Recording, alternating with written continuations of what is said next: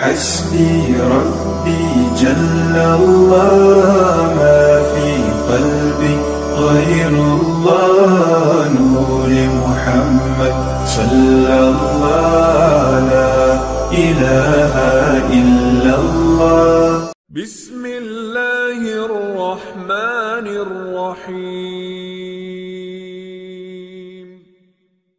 حدثنا موسى بن إسماعيل قال حدثنا أبو عوانة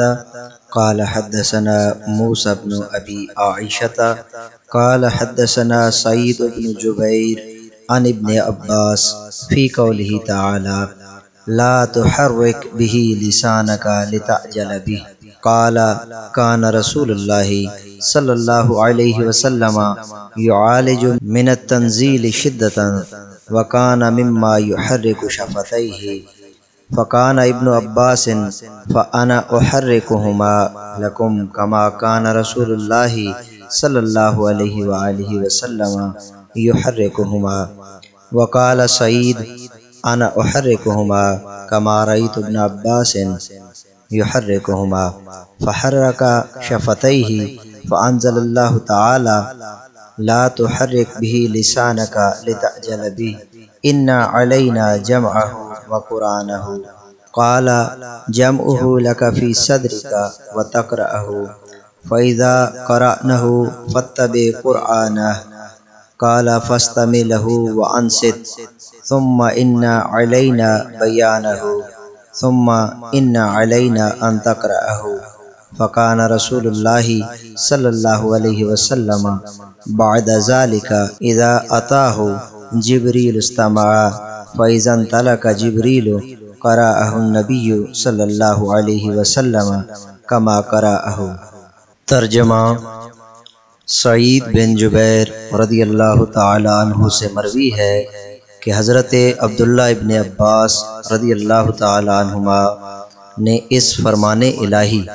تم یاد کرنے کی جلدی میں قرآن کے ساتھ اپنی زبان کو حرکت نہ دو کے تحت فرمایا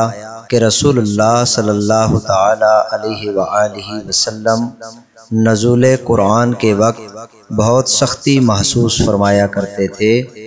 اور اس کی علامتوں میں سے ایک یہ تھی کہ یاد کرنے کے لیے آپ اپنے ہونٹوں کو جلدی جلدی حرکت دیتے. حضرت ابن عباس رضی اللہ تعالیٰ عنہ نے فرمایا میں تمہیں اپنے ہونٹ حرکت دے کر دکھاتا ہوں جیسے رسول اللہ صلی اللہ علیہ وآلہ وسلم نے انہیں حرکت دی تھی. اور سعید نے فرمایا کہ میں تمہیں حرکت دے کر دکھاتا ہوں جیسے میں نے حضرت ابن عباس رضی اللہ تعالیٰ عنہ کو دیکھا. ابن عباس رضی اللہ عنہ نے کہا پھر یہ آیت اتری تم یاد کرنے کی جلدی میں قرآن کے ساتھ اپنی زبان کو حرکت نہ دو بے شک اس کا محفوظ کرنا اور پڑھنا ہمارے ذمہ ہے، یعنی تمہارے سینے میں قرآن جمع کر دینا اور اسے پڑھوا دینا. لہٰذا جب ہم اسے پڑھ چکیں تو اس وقت پڑھے ہوئے کی اتباع کرو، یعنی اسے غور سے سنو اور خاموش رہو.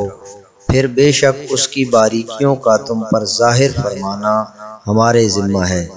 یعنی پھر ہمارے ذمہ کرم پر ہے تم سے اس کا پڑھوانا.